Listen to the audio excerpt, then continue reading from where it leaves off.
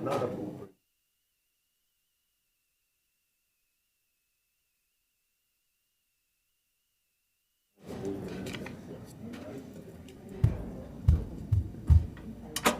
Everything he does, he's calling somebody else to. You need a couple minutes. Right.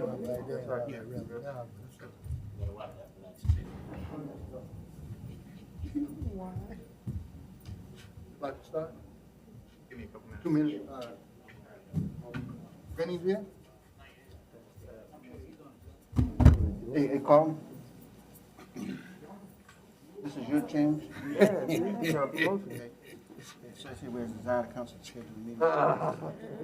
At 1 o'clock. So change it to 3. It's no one at 3, huh?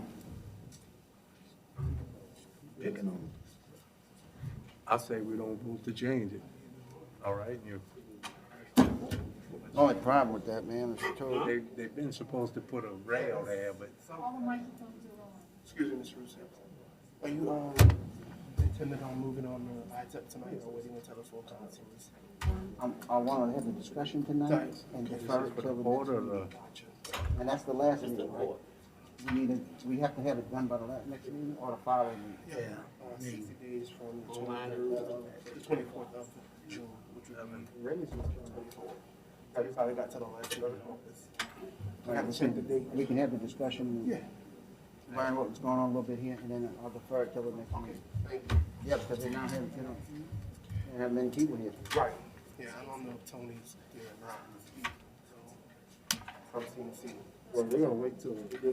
He might have some of his accountants out there. You might have a representative, yeah. Thank you.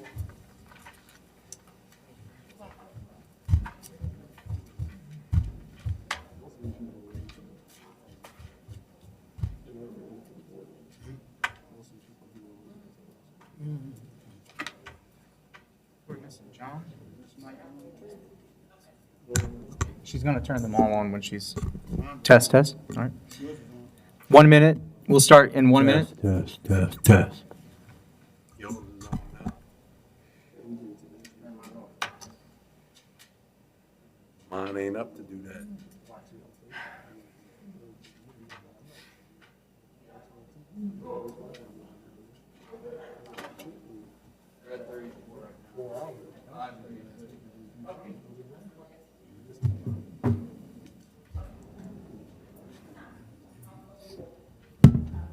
Yeah. So there's no one else out there waiting for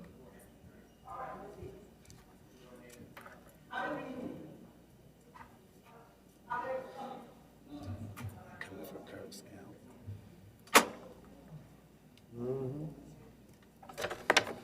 We're ready whenever you are, Mr. Chairman. Sure, I'm waiting on Commissioner Bartholomew.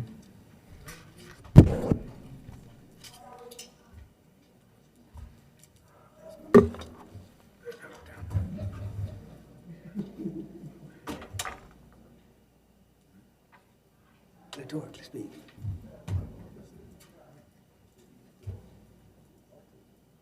Get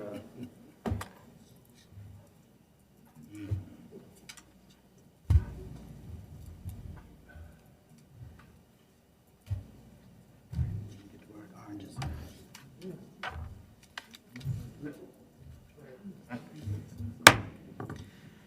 Call this meeting of the Plaquemines Parish Council, serving as the sole governing authority of the Plaquemines Port Harbor and Terminal District, to order at 5:05 PM.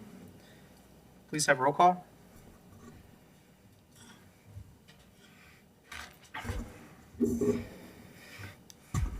Please let the record reflect that Commissioners Kognovich, LaFrance, Roussel, Blink, and Bartholomew are present, and council members Black, Arborough, Gui, and Newberry are absent today. All right. Moving on to prayer and pledge. We take this moment to acknowledge Almighty God and thank Him for our bountiful blessings, especially for this parish, for the parish's natural resources. We give thanks to God for our brave and courageous men and women in our military who daily risk their lives to protect our precious freedom, and we pray for our world leaders to know how to obtain world peace. We pray that this government body, comprised of both council and administration, will always serve our parish with honesty, humility, and equality to all, and for the wisdom to know right from wrong and the courage to do that which is right. And as this government body gathers here today, we pray that we'll be spared from all harm and destruction this hurricane season. Amen. Amen. After me, I pledge allegiance To the flag of the United States of America and to the republic for which it stands, one nation, under God, indivisible, with liberty and justice for all.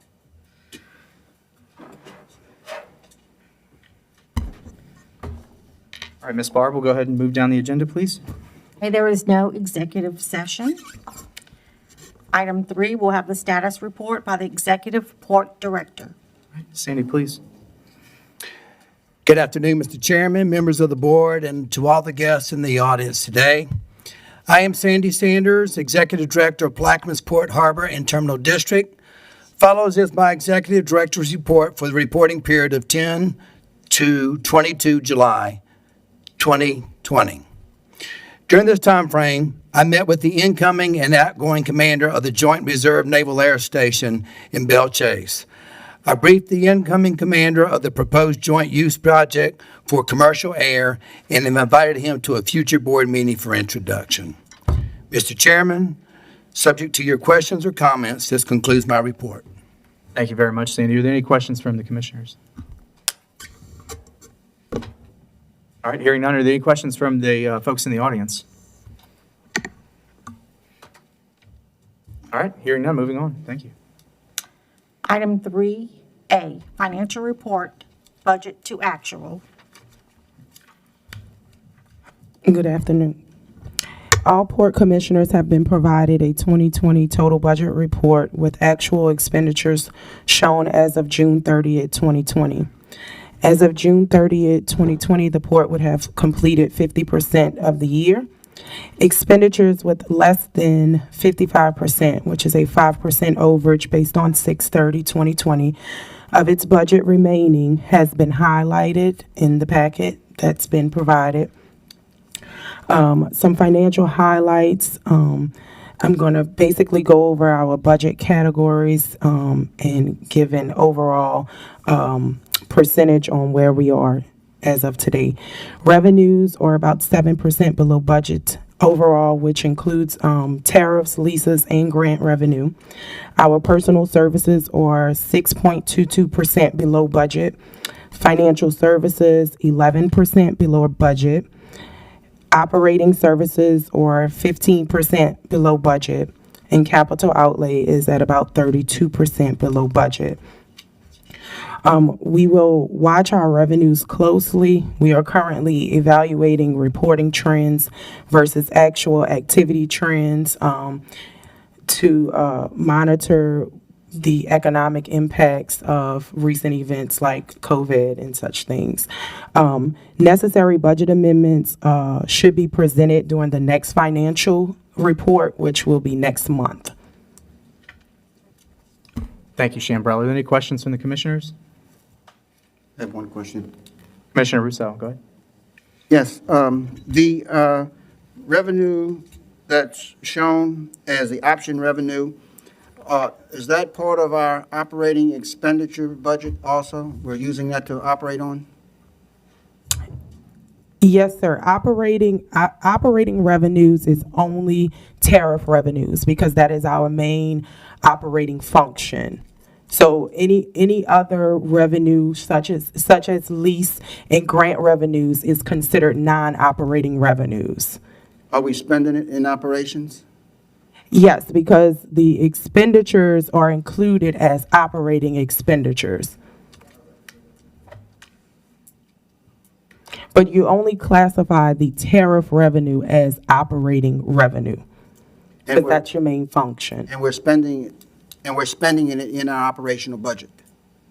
There aren't the non-operating, okay, so if you have grant revenue, for instance, is considered non-operating revenue. No. The grant expenditures will be included in operating expenditures.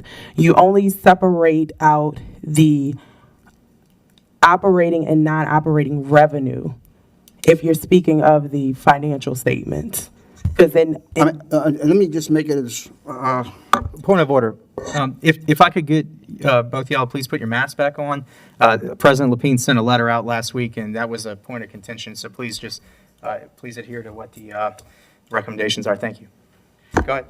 my question is, the $2 million that we are receiving on the option payment, are we utilizing that money to pay operating expenses such as insurance, payrolls, those type of things?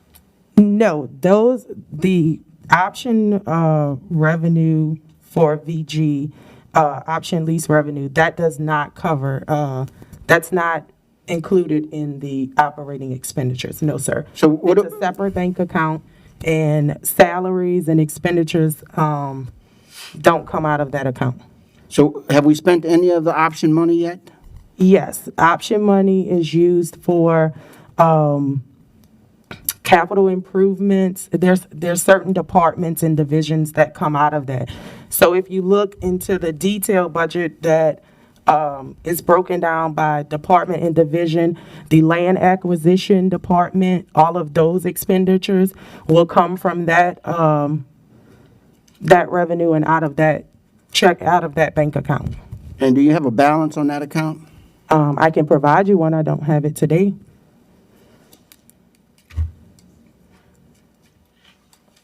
Thank you. Would you like a balance of the operating as well?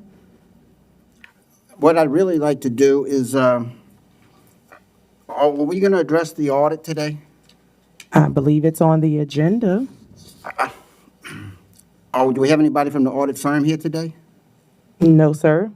What I would ask the chairman to do, if possible, to call a special meeting of the port so we can sit around and have about 2 or 3 hours to go through the budget and the audit to get a good picture of where the money is allocated and being spent, such as the Venture Global money or the lease options, the advance rents if they're being spent, so forth, and to address the other items in the audit that show the operating loss and get a good explanation of the operating loss that has grown from last year to the previous year to this past year.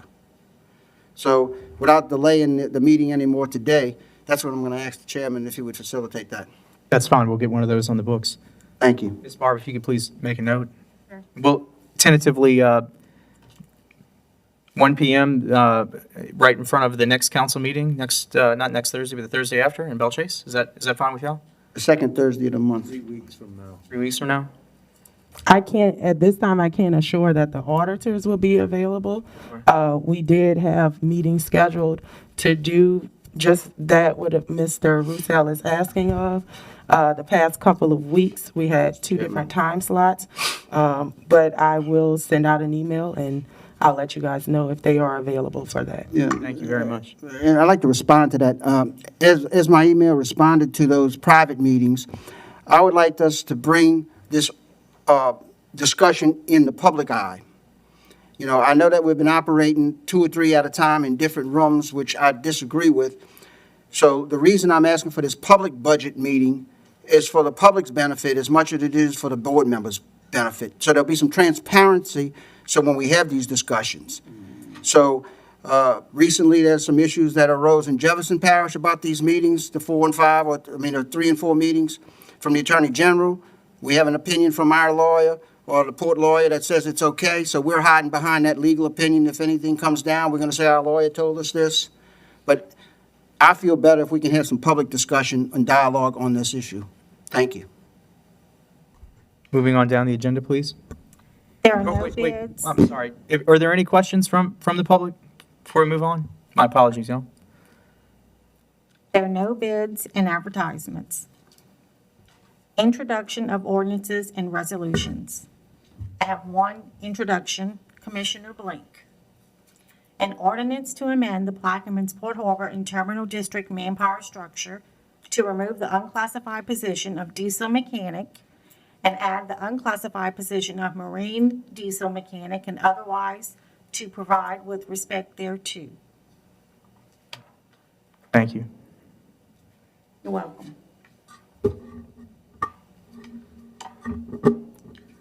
We'll move on to 6AB,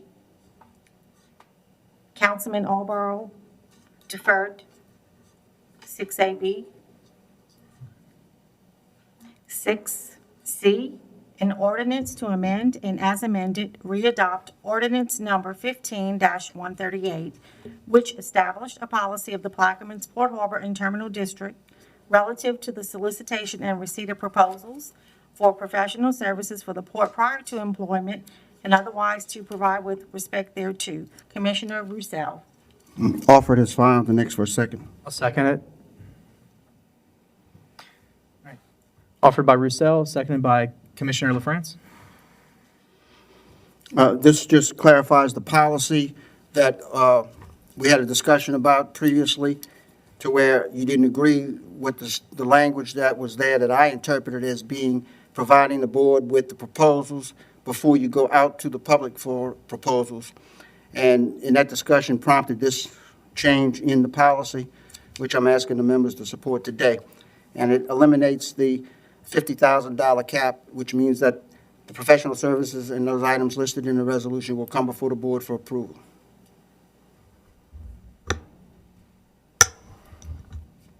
Any questions from the staff? Any questions from the board? Any questions from the public? All right, hearing none, call a question. All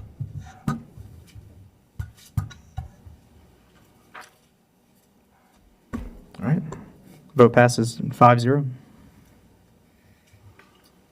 Next on the agenda, please. Item 6D. This is with changes. An ordinance to amend and as amended, excuse me, I think I need to read the changes first. One moment. No, just read the preamble first. An ordinance to amend and as amended, readopt Rule 1 in Chapter 1 of Section 218 of the Code of Ordinances for Plaquemines Parish relative to Plaquemines Port Harbor and Terminal District to rescind, annul, and set aside ordinance number 19-150 and otherwise to provide with respect thereto. I so offered with changes.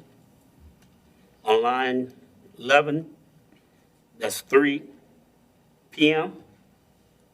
On line 26, it's 3 p.m.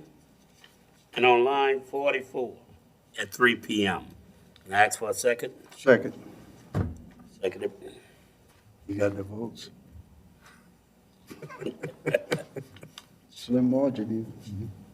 Offered by Commissioner LaFrance, seconded by Commissioner Roussel. And what this does is, when we first got on the council meeting used to start at 1 o'clock. And then we move it to 5 o'clock. And we finding that at 5 o'clock, it's starting to get a little late. Sometime we have to hold the ferry for us to finish the meeting. And sometime in Belchase, I think the meeting lasted to 10 o'clock.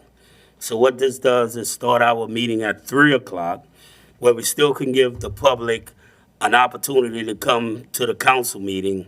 And starting at 3 o'clock, you might have to knock off a little early if you work late, but that way, I think it's a good compromise for everyone. Everyone is involved. So that is the proposal.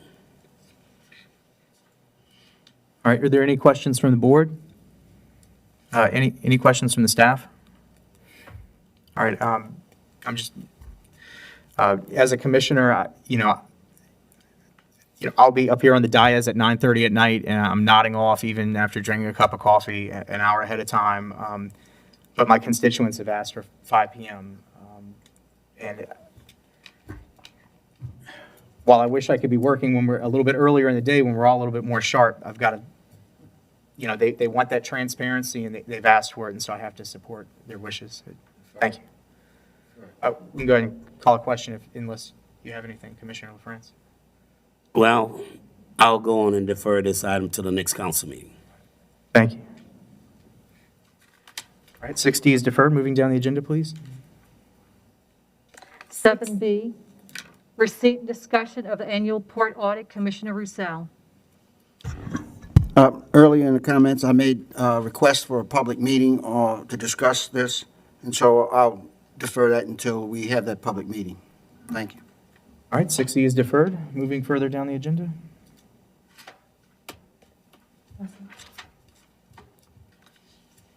Agenda item 8, approval of the July 9th, 2020 meeting minutes. I'll offer. So offered. Second. Offered by Blink, seconded by LaFrance. Go ahead and call a question. Machine is open.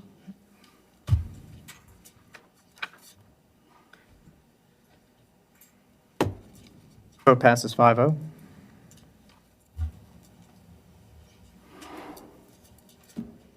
Motion to adjourn? Second. Motion adjourned, offered by LaFrance, seconded by Kogovich. Call a question? All right.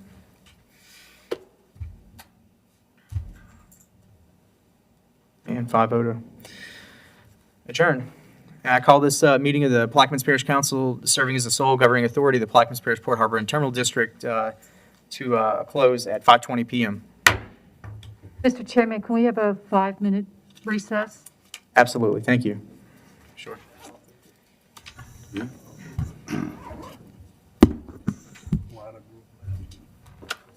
Why?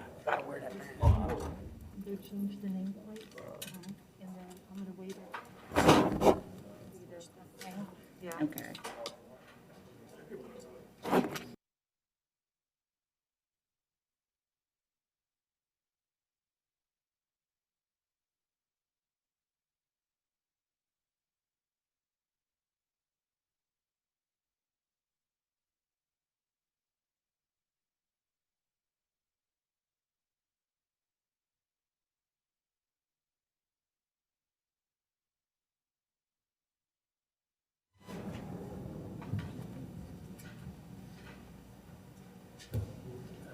You don't want the resolution to fail. Right. That, He could have told me. a little communication would be good. About his resolution on the 1 o'clock. You should have told him up front. Oh, I thought it was 3.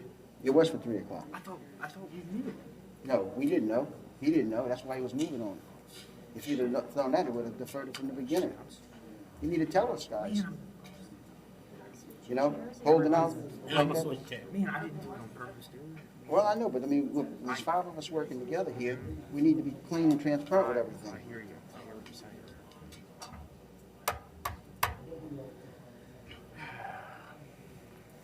Abby never pissed. Look, Look what? can't help that, man. It's our duty to do our business. Exactly. This is real nice too, huh?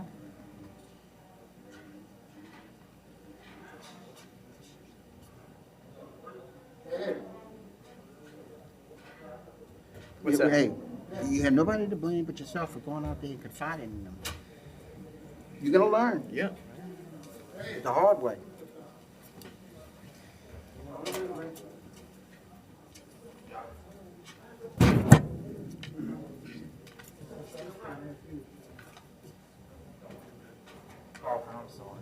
No problem.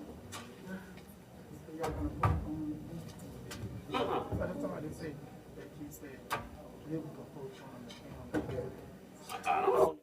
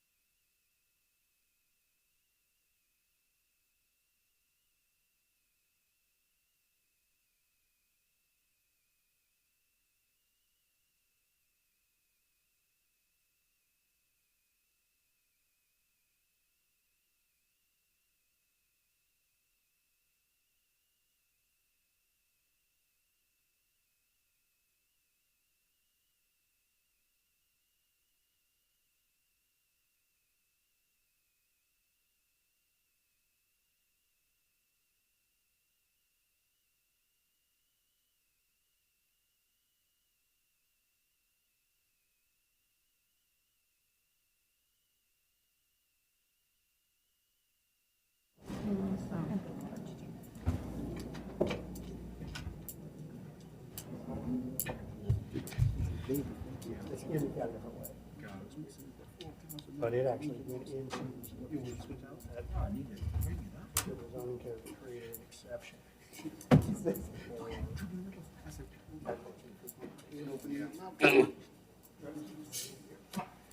So that's y'all's, so y'all need to make sure you're all compliant. He might.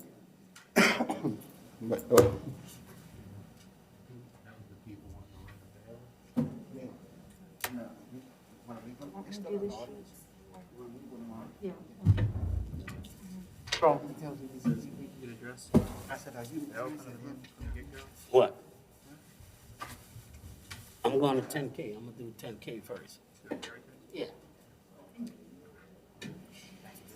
No problem. Anything for you, man. Yes,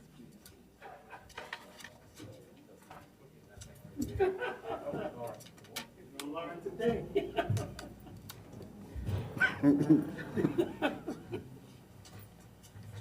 All microphones are live.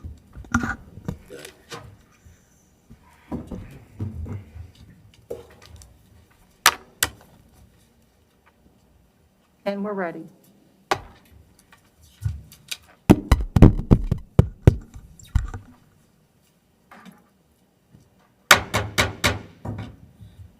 Plaquemine Parish Council, July the 23rd, 2020, at 5:31 PM is now called to order. We'll have roll call, please. She's open. Let the record reflect that we have 5 councilmen present. We have Councilman Black, Councilman Gui, Councilman Albro, and Councilman Newberry absent.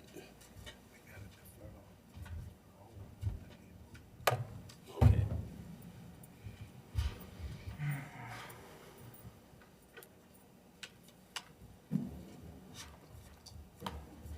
Item 2, executive session. No, hold tight on that, hold on. Okay. At this time, I would like to move to item 10K.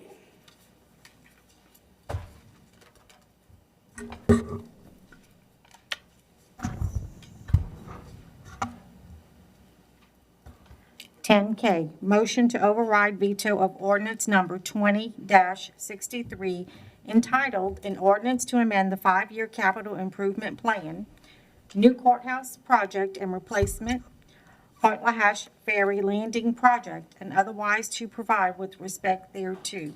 Mr. Chairman, we do have an email. Okay, I offer, Mr. Chairman. we have a motion by Mr. Bartholomew, Second. seconded by Mr. Roussel. Mr. Bartholomew. Let's hear from the email that was sent, if you don't mind, and any other discussion from the table or the audience. Ms. Barb?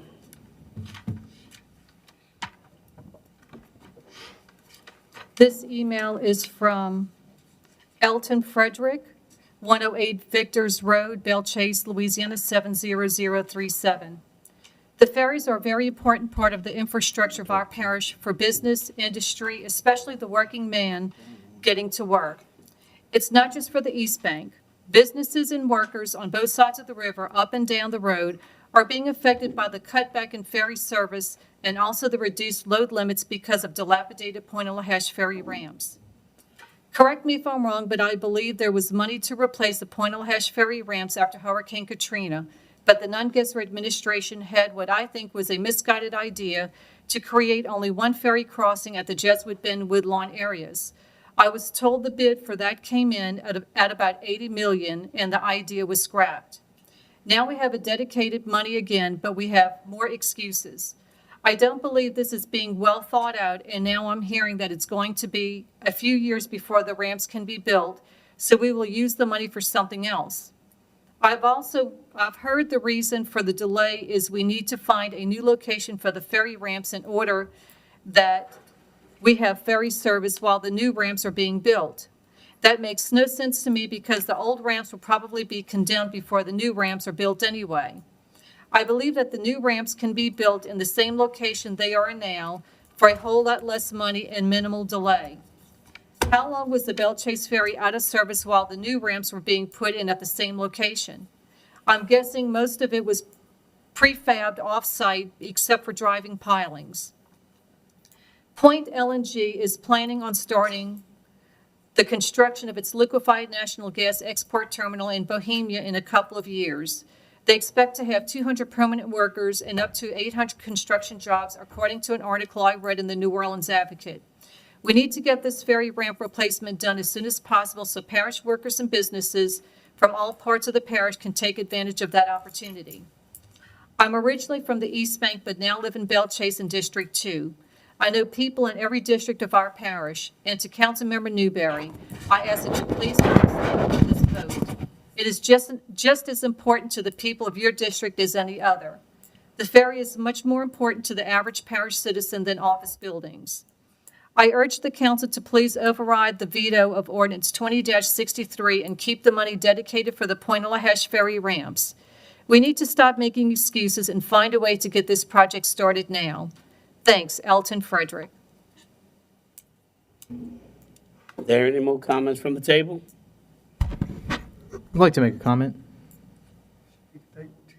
John Gender? Public first, he said. Mr. Blank? Certainly. Look, we all know that ferry is vital to the success of the parish. I mean, it's a serious link in our transportation chain here, and it's, for better or worse, the courthouse has been built in Pointe-a-la-Hache, and we need to get folks to and from.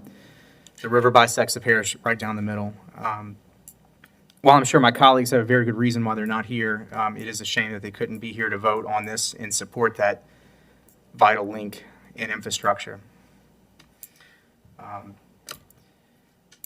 Procedurally, I don't think we're able to override the veto today due to the number of folks that we have here. I yield. Mr. Roussel?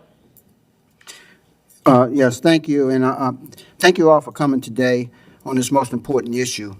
As you can see, as Mr. Blank has alluded to, that we have a lighthouse today. That being said, procedurally, it takes 6 votes to override a presidential veto. You also may notice that the president is not here as well. And I'm not sure, what the situation is, but I can tell you that the veto that was issued is misguided. The money that we have appropriated for the ferry landing is an obligation that we have to an agreement we have with the DOTD and the FHWA, Federal Highway Administration, to provide matching funds for a project that is sorely needed. Anyone who drives over the Pointe-a-la-Hache ferry and looks at what you're driving on should be nervous. The issue of taking this money and moving it to another building has been discussed for some time. There are alternatives to be able to provide both projects. However, this battle has gotten political for no reason. I can tell you that this discussion on these ferry ramps has been going on for several years, knowing that the intention all along, and once the letter came back over a year ago to say that this money can be used for the ferry ramps, is surprising to me at least. I don't know why the administration chose to go down this path, but for those of you who are here today, you may want to save your comments until next meeting, because what will happen is the veto will stay in today. However, I believe that this effort will not be abandoned. There will be an introduction. We will go through this same routine at the next meeting. I encourage you to come and bring as many people as you can to the next meeting to support this project, because it is needed. It's been in the works for way too long. It's an obligation that we have. And, whether or not you realize what's going on with the politics of it, I wish you'd enlighten me, because I could not understand why we would be doing a veto like this. It makes no sense to me whatsoever. And I read the veto message, and the veto message is not very convincing to me. So again, for procedural purposes, we will vote today, And whatever the vote is, it still will not be enough to override the veto. So the president is a victory for him as far as the veto goes, because he killed the money for the ferry ramp to his detriment. You know, and I speak today as a past president, and I don't say this very often, but as the parish president for 8 years, you know, I understand how you have to look at the parish as a parish-wide entity. You represent everybody in this parish, and especially when the commitment has been made to build a courthouse of this magnitude, where we spent $20,500,000 to date to put this structure here. And many of you know that I was an advocate for many years of not building it here. But it is here. And I came around and voted to build it here after the people voted to keep it here. Not once, not twice, not 3 times, but 4 times. And so after all of those efforts to move it failed, it is what it is the old cliche that you hear all the time. And that's where we're at today. We're in Point LaHash. And for us to deny or try to mortgage the future to funding to replace that ramp when we have it in our hands today, which we will need in 18 to 24 months, because the engineering and design plans are underway today. The state has issued a letter to proceed to the engineering firm. The parish president has sent the check for our portion of the engineering and design firm fees to the state. So we're in the middle of this project. We're not at the end or the beginning, we're in the middle. And so why would you take the risk of not having that money when that contract is due? Because what happens is when this project is bid, it's going to be bid and the parish is going to manage this contract, which means that the parish is going to issue checks to the contractor, and we're going to be submitting invoices to the state, and we're going to be reimbursed, which means we have to have a cash flow, which we're in a crying need for right now, which we don't have. So this administration should know what the cash flow problem is and what it will be unless, and let me quote, unless there is an alternative here to shut the ferry down. Now, if that's the case, it's an easy decision. You're either going to shut the ferry down and build some buildings or renovate some buildings, one of the two, if that's what we want to look at it as. I believe I have an alternative to do both, but that's not being considered right now. And I'm going to yield at that, but I caution you today that no matter what you say today will not have any effect on the board's vote of accomplishing the override. So if you want to save time and effort and come to the next meeting in Belchase, which will be the second Thursday of the month, when this item will be on the agenda again, to appropriate the funds once more for that project, that's what I would encourage you to do. And I'll yield. Audience.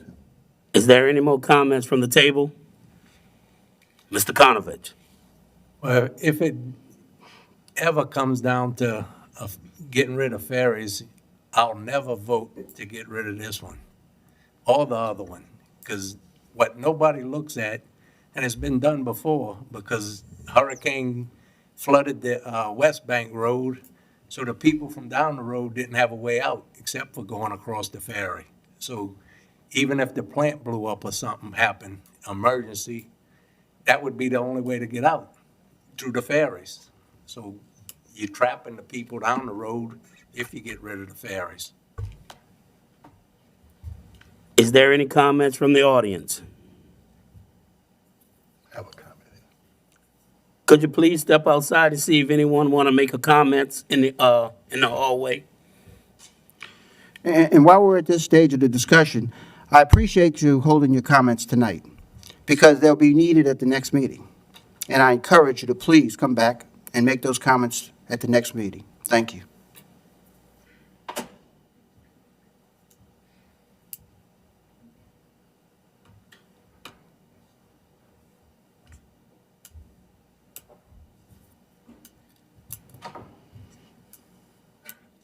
No comments from outside.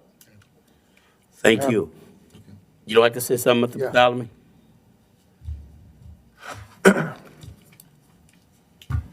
Ferry system It's part of our transportation system, our roads and our highways. And we cannot connect and complete our highways unless those ferries are in operation. They also provide a service to the public, medical, business, and transportation. And the need is greater than ever before that those ferries need to run.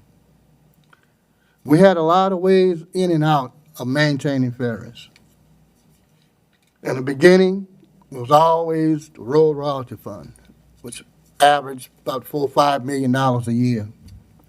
And that was utilized to maintain and operate the ferries. With the infinite wisdom of our state legislatures, they changed it to give us the opportunity, or the government opportunity, to put that money in general fund. And that was a bad move, because once it goes in general fund, it goes anywhere. So my whole rationale would have been, since we're using it for that, to maintain the ferry, let it stay there. Since it's money's coming in, it's not money being appropriated, it's not tax dollars. It's not coming from our constituency. It's coming from the state. Now, we are in a state of emergency, financial-wise. But yet, we are trying to design an avenue to take money from a courthouse project that hasn't been completed and incorporate into new buildings in Belchase. We have one building that has been completed by the DA, $4.4 million so far. That's a lot of money. If we'd have put that kind of money into this building, we could have had enough space for everybody in the parish. But with the infinite wisdom of the courthouse district or the commission, they saw fit not to increase the square footage they need for each political component. So when they did that, that means it was designed not to do it, so they can have the square footage at building in another area and be built or renovated at the expense of the taxpayers' money. And now we're asking again, we're going to be asking taxpayers to vote on referendums for millages. But yet we started spending money that we don't need to spend at this particular time. Now, the most wise thing should have been, they should have extended the square footage like the two judges did, what they need for operation in this building. That's what should have been done by all the departments that need to be here. That's what needs to be done. And even a little bit better than that, when we came in the fiscal year, when the second time we got, my second time when the people was coming in, they didn't need the square footage, they should have said something to the council members at that point in time. We could have amended the contract with the builders, with the engineers, to redesign, to add to this building, so that those square footage could be ample and very well supplied to those who need to be here. And what did? No, we let it go. They didn't want it. The intent was not to be here. And by not having the square footage, that was just an excuse why they're not here today. And I don't think the taxpayers need to be charged with that assessment that it's going to cost to maintain and operate. Now, here we are at the crossroads. So what do we have to do? If the square footage is needed, we have to understand and look at it. We have to evaluate it. We have to know how much square footage is really needed. Do we have any buildings that we own in the northern end that can accommodate those parties that's looking for square footage? We have buildings that's available without needing construction done. You can walk right in. We have those buildings available to meet the needs of those seeking new buildings. How can we justify taking money so vital as to support the operation of this complex that we're sitting in today and denying the people access. How you would feel if you live in Venice, drive all the way around to Belle Chase to come down here, then drive all the way back to get to your home? How would you feel to do it in Sunrise or Buras? Drive all the way around to Belle Chase, come in, go all the way back. How would you like to do it in Port Southern? How would you like to do that in Ironton even? Even Judgment Bend even? See, there's no justification for not building these ramps and operating these ferries. No justification that I have heard yet to say, no, we don't need those ferries. We do. And I hope that people come to consensus, especially the politicians, that's not on board and realize what they have done and what they're trying to do to the public. Mr. Chairman, that's all I have. Thank you. Thank you. I will reserve my statements at the next council meeting. With that, I'll call for the question. call for the question. Machines are open. Anybody? Yes, vote is to override. Right? Yes to override. Yep. I see it's just override. And the vote is 5-0, which it fails because you needed 6 votes to override the veto. Mr. Chairman, I'd like to take a privilege, announcement privilege at this point in time.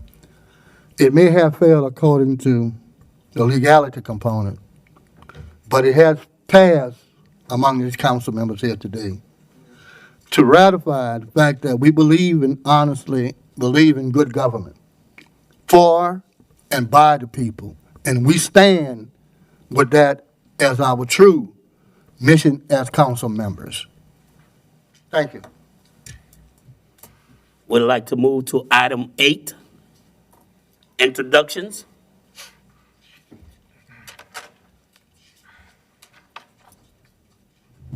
An ordinance to amend the 5-year capital improvement plan, new courthouse project and replacement, Point Lahash Ferry Landing project, and otherwise to provide with respect thereto. Councilmember Bartholomew.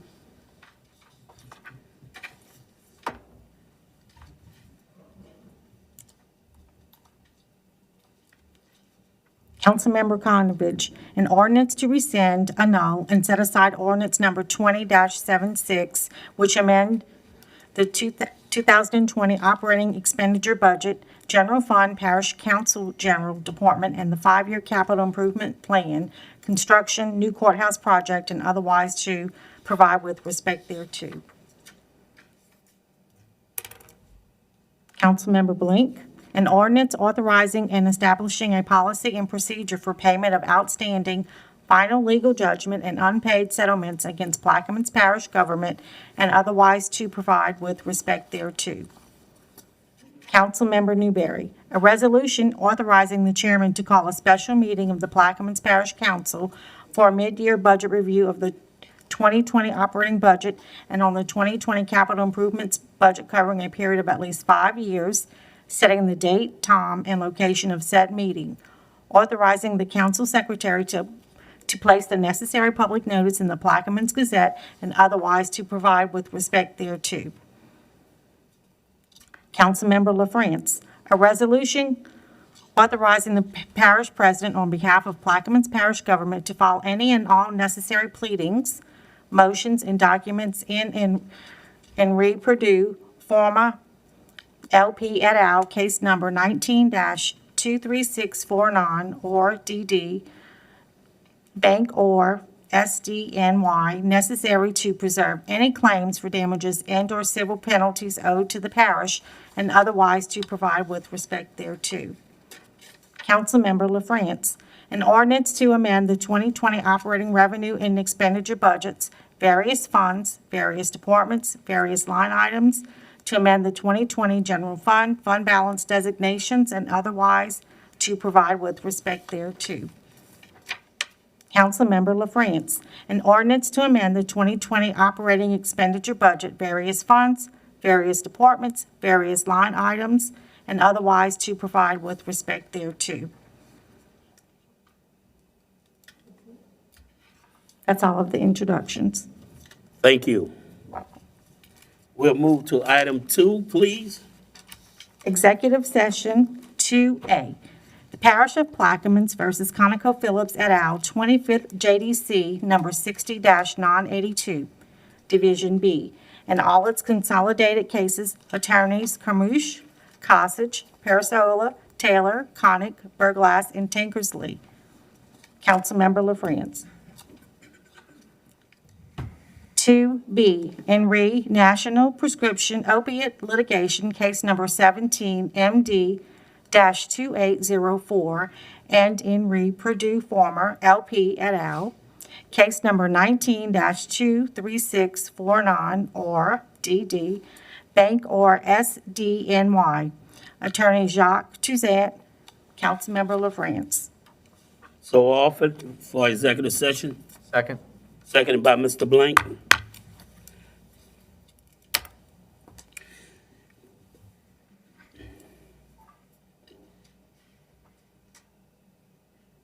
The measure passes 5-0 to go in executive session at 5:54 PM.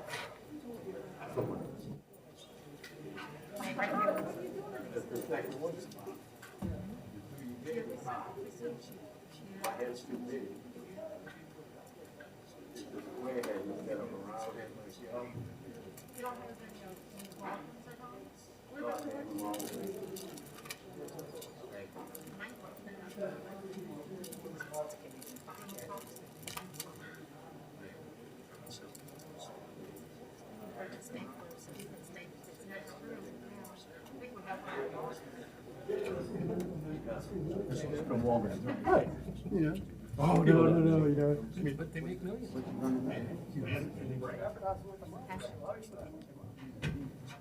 We have Painter's Tape.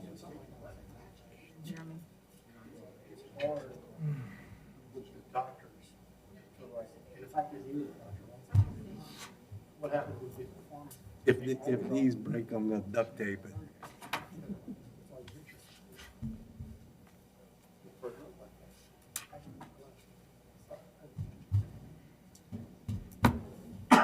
Already? Like to return from executive session at 6:15. No binding decision was made in executive session. We'll move to item 3. There are no proclamations. Item 4. Status report by the parish president. Discussion and recommendation by the administration on the CNC Marine and Repair LLC tax exemption application number 2019-003-ITE. Councilmember Roussel. Yes, I believe we have the Economic Development Director here who is gonna make some presentation to us, and my intention today is to get the presentation made today, and then to defer resolution item K on the agenda till the next meeting.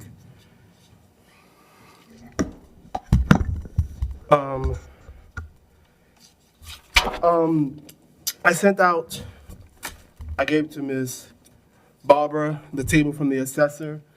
Also, the assessor emailed that to you all. I have the application here with all the relevant facts. If anybody has any questions, I can answer that. The total amount of the exemption for year one for, as relates to parish government is 16.77 mils, which totals out to be $17,908.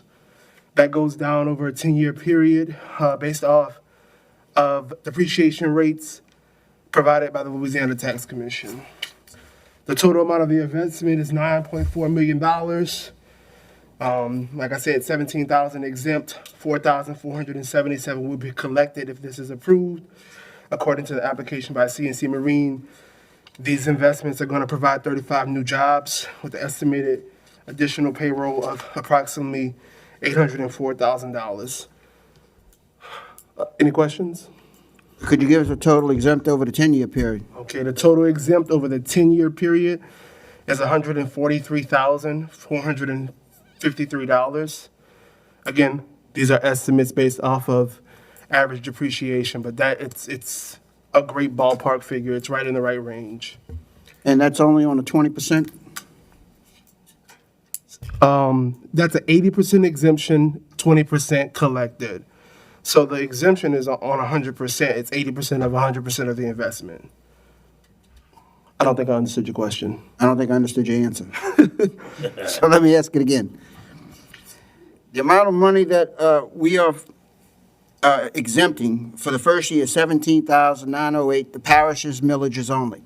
So that is based on 20% of the total assessment, and if we reject this and seek the 100% tax, which could be overturned by the state, I understand all that, what would the number be?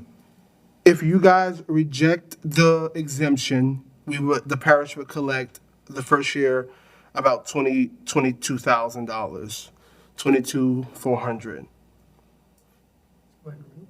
And over the 10-year period? Over the 10-year period, it would be approximately $189,000. Okay, thank you. You're welcome.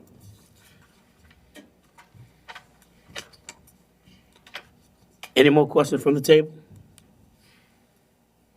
Audience? You'll move to the next item, please. Discussion regarding the East Bank levy, specifically who is responsible for the maintenance, grass cutting, and repairs of seepage leaks. Councilmember Bartholomew. Yes. You get some information on that?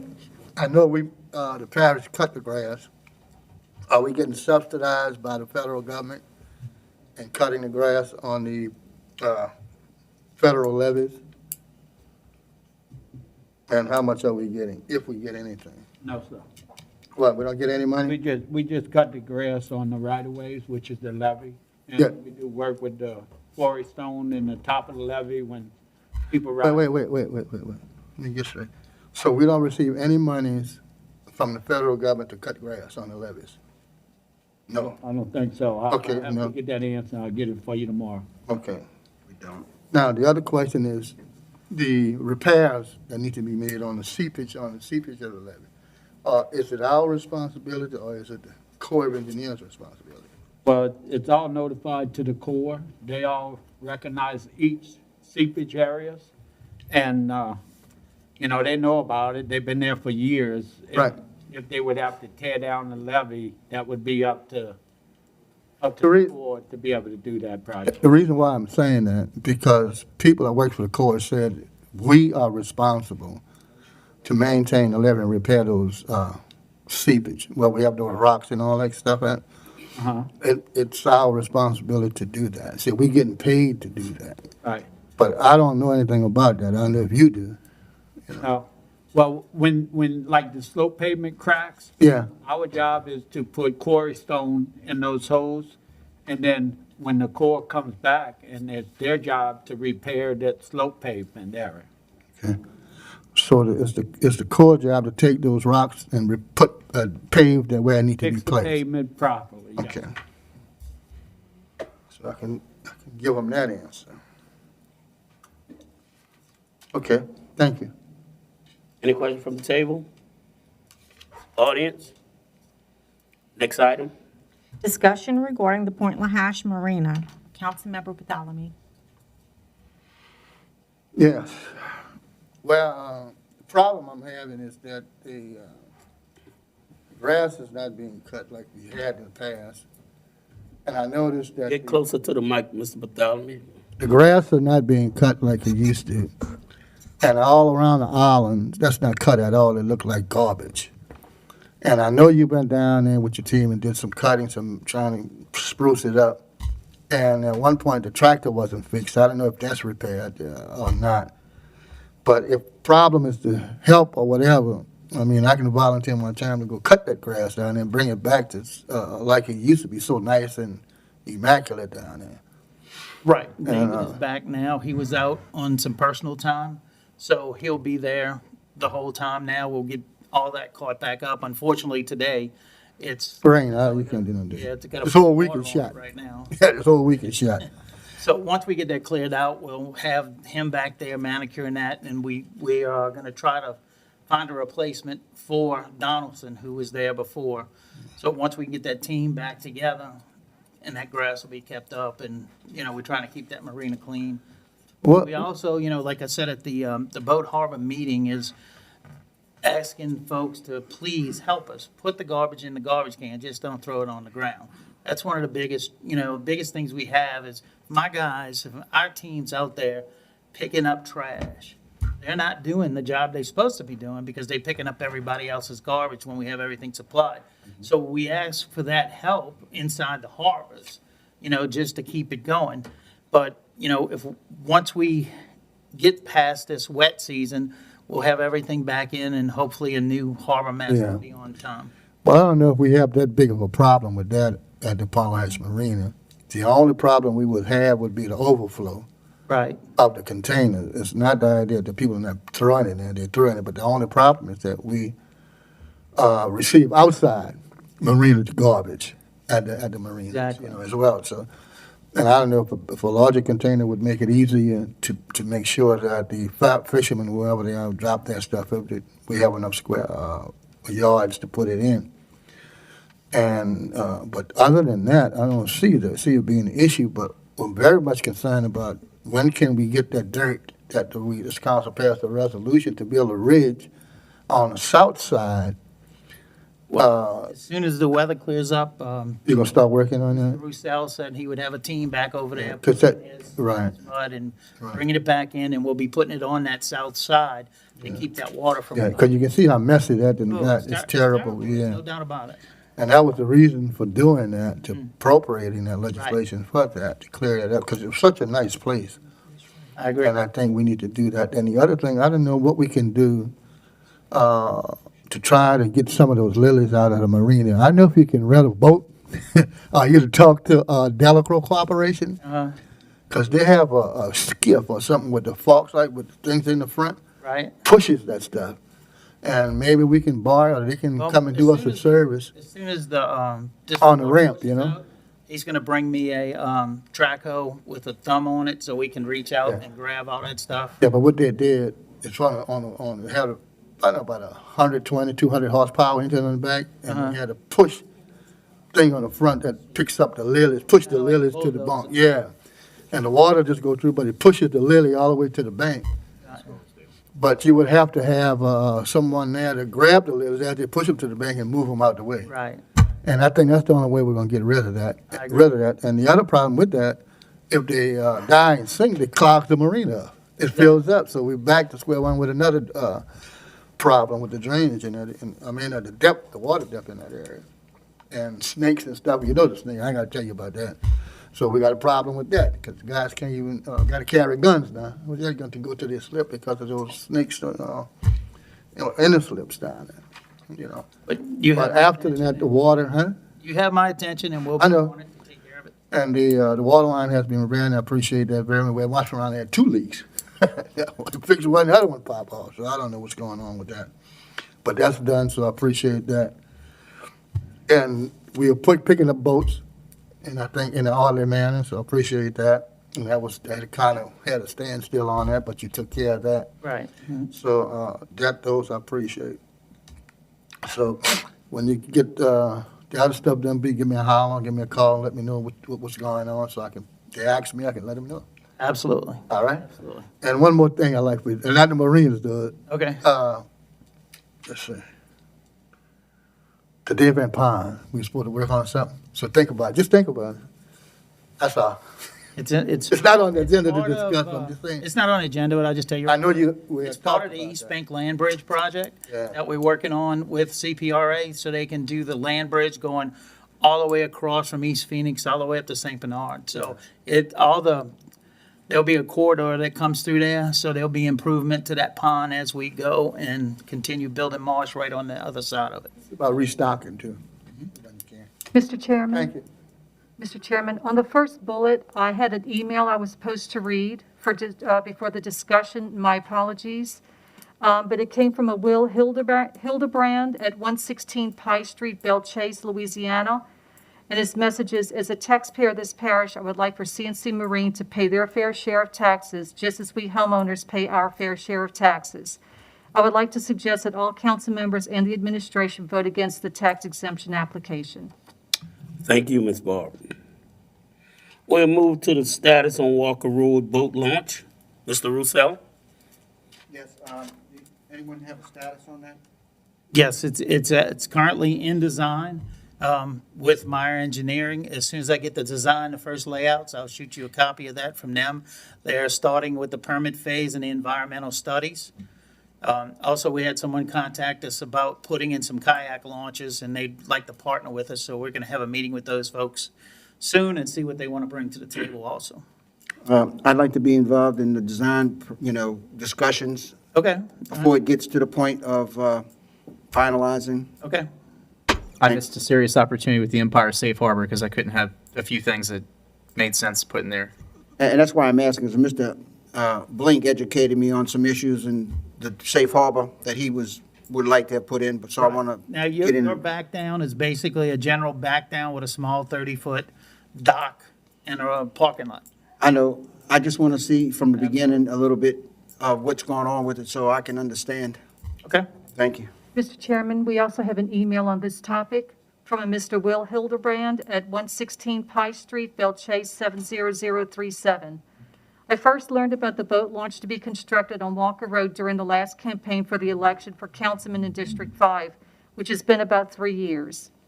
Councilman Roussel and Engineering Chief Ken Dugas all have assured me that the project had been funded and will be built. Well, that was 3 years ago, still no boat launch. It is my understanding that the parish will have to build the boat launch to the engineering specs, and after completion, will be refunded for the work. Would the administration please push to get this much-needed boat launch built? Thank you. Any comments from the table? Audience? We'll move to status of flood insurance rate maps and adoption schedule. Mr. Roussel. Yes, I think that it's time that we start having some serious discussions on this issue. I got an email that said that they're going to go into effect, I believe, January of 2021, which is not very far from now. Does anyone have any updates on it? If not, I'd like to be able to have some heavy discussion on this so the public understands what's coming their way. Yes, sir. We've given information to the PIO. PIO is supposed to be coordinating that stuff to set up public information to get that out. And I'd like to be included in that, to be able to understand what the parish is doing and when do we have to adopt the schedule for these maps, and if we're going to be forced to adopt them by FEMA. So there are several issues with this subject matter here that we need to address and have some discussion on. Yes, sir. I'll defer this item till the next meeting. We'll move to the step. Oh, Mr. Blank? Yeah, in regard to the FEMA flood map changes, there's a program with FEMA called the CRS, Community Rating System, where if the local governments handle certain issues, the flood insurance rates can actually get lower. It's something our floodplain manager probably needs to be working on. Some of this stuff is just making sure we have enough storm drains or clean stuff like that. Others are a little bit of a drag on the economy, can't build in the floodplain, things like that. We could find what works best for the parish and probably save the ratepayers some money if that the community rating system is looked into. Thanks. I'll make sure we check into it. Thank you. Status of the engineered road drainage project. Mr. Roussel. Oh, yes, this project is well over 10 years old and still in design.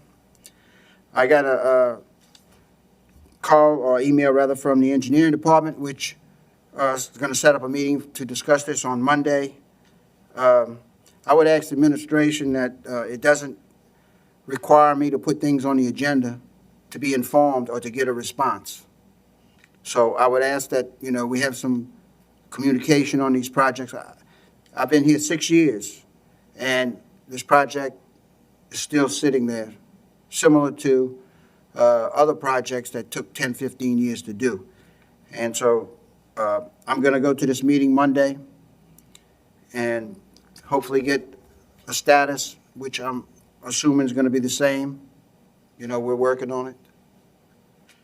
So I'm getting to the point where I'm going to start pushing a little harder on these issues and not just sitting back and waiting for the administration to reach out. And the reason these things pile up on the agenda is because we don't have the communication that's required that we need, at least that I need, to be able to answer my constituents. As you heard by Mr. Wildebrand over there, talking about this boat launch. I get bombarded with these things in the public and have no answer. It's not a good situation. So I'm going to defer this item and hopefully get the answers, or at least an update, a positive update on Monday. So thank you. Any questions from the table? Audience?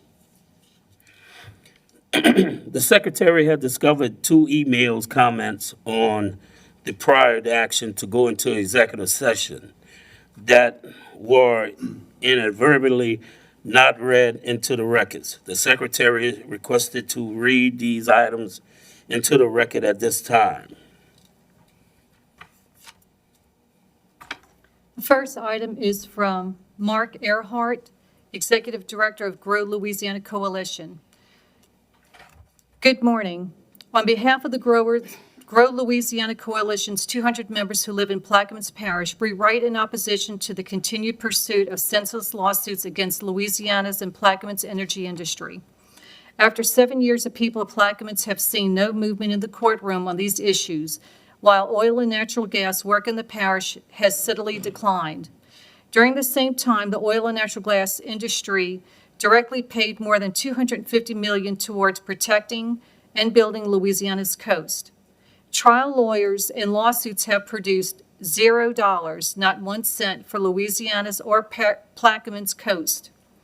The lawyers sustaining these lawsuits for their own gain are claiming that there is a settlement afoot and that progress is being made. The Louisiana legislature does not support this settlement talk, despite what the lawyers may tell you.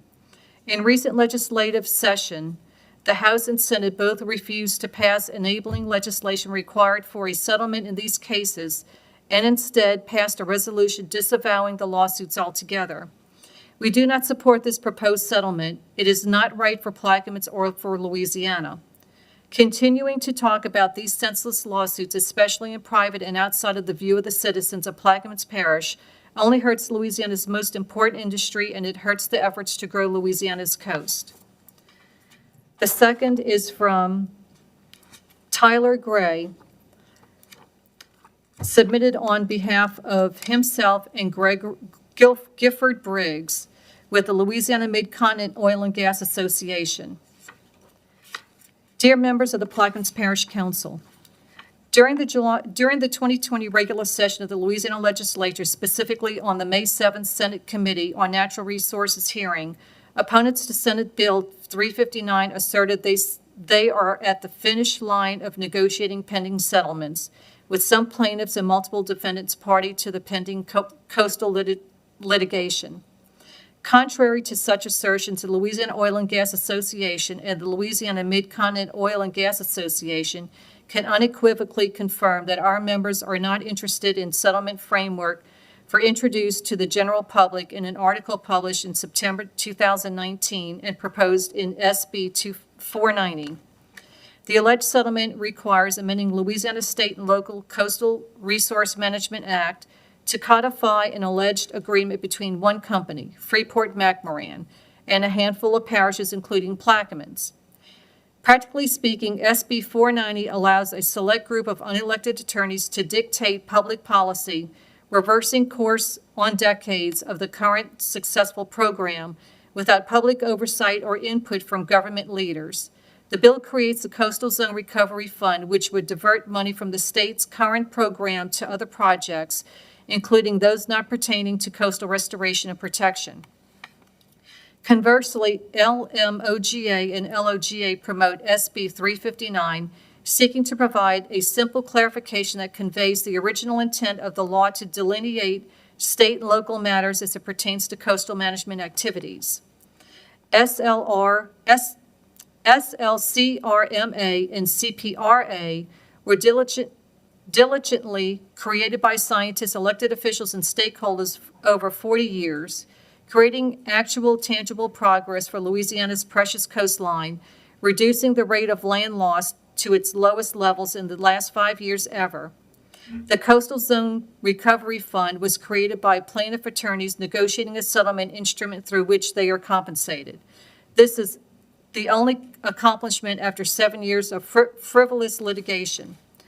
While the debate has been muddied, the diverging approaches are crystal clear. LOGA and LMOGA members are supportive of protecting current practices, which includes protecting our ability to consider and pass policies that are in the best interest of our state, our people, and our coast. Sincerely, Gifford Briggs, Louisiana Oil and Gas Association, Tyler Gray, Louisiana Mid-Continent Oil and Gas Association. Thank you, Ms. Barb. I need a motion. Yeah, Mr. LaFrance, I'd like to make a motion to ratify the prior action to go into executive session, which the vote was 5 for, and 0 against. Offered. We have a motion by Mr. Roussel, seconded by Mr. Konovich. Any discussion? Machines are open.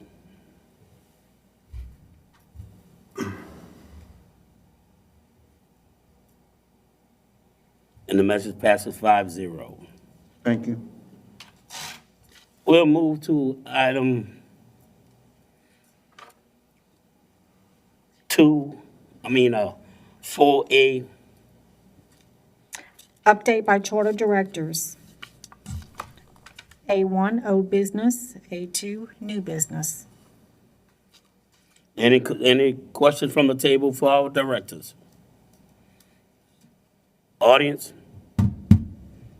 We'll move to item 5. Hold on. You have a,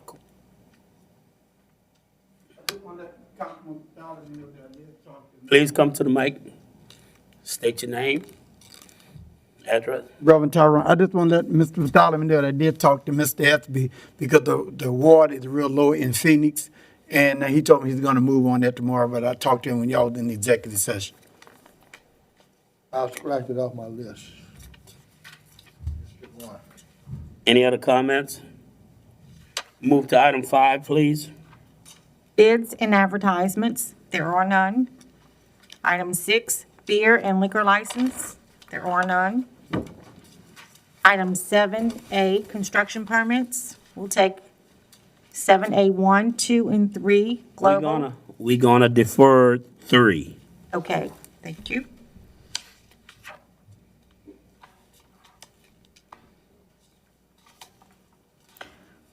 Seven A one, Karuba Engineering, Inc., application number 2020-307, dated May 5th, 2020. Install floating boards, 2 mooring pile dolphins, gangway and elevated walkway on pile bents, Magnolia Boat Launch, Diamond Road, Port Sulphur. Councilmember LaFrance. Item 2, the Louisiana Fruit Company, application number 2020-416, dated June 9th, 2020. Maintenance dredge canal number 1 at the Venice Port Complex. Venice Port Complex, Venice. Councilmember Konovich. I so offer. Second. Any discussion from the table? Audience? Machines are open.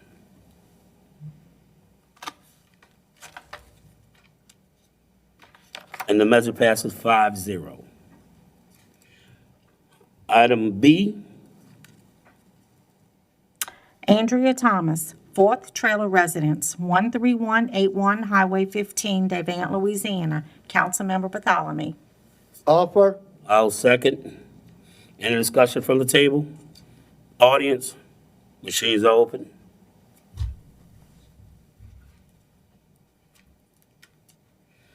And the measure passes 5-0. Next item, please. Emil Graham, building at Fruit Stand in a floodplain zoning district, 21907 Highway 23, Port Sulphur, Louisiana. Councilmember offered. LaFrance. Second. Second. Seconded by Mr. Konovich. Any questions from the table? Audience? Machines are open.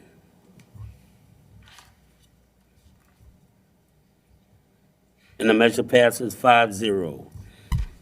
I would like to go down the list of the withdrawals and deferrals. Item 9G will be withdrawn. 9A2 withdrawn. 9A3 deferred. 9A4 deferred. 9B, 9C, 9D, 9E, 9F, 9I, 9J, 10E, and 9N, and 9M deferred. And B. 10B. and 10B. And you can add 9K to that as well, deferred. And 9K deferred. You need me to go over that again? 9G withdrawn.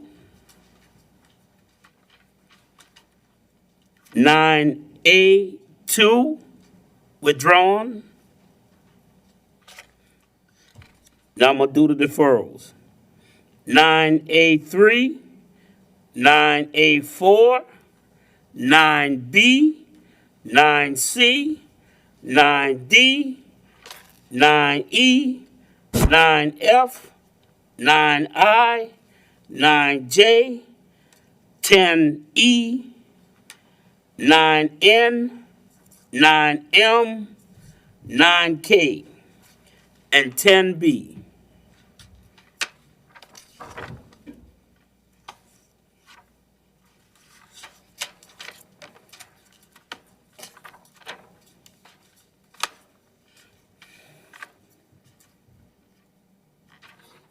So we'll start with 9A1. An ordinance pursuant to Article 3, Plaquemines Parish Boat Harbor, Section 641, to set fees for lifting, blocking, storage, and stationary lifts at the Empire Venice and Point LaHash shipyards, and otherwise to provide with respect thereto. Offer. We have a motion by Mr. Konovich, Second. seconded by Mr. Blink. Is there any discussion from the table?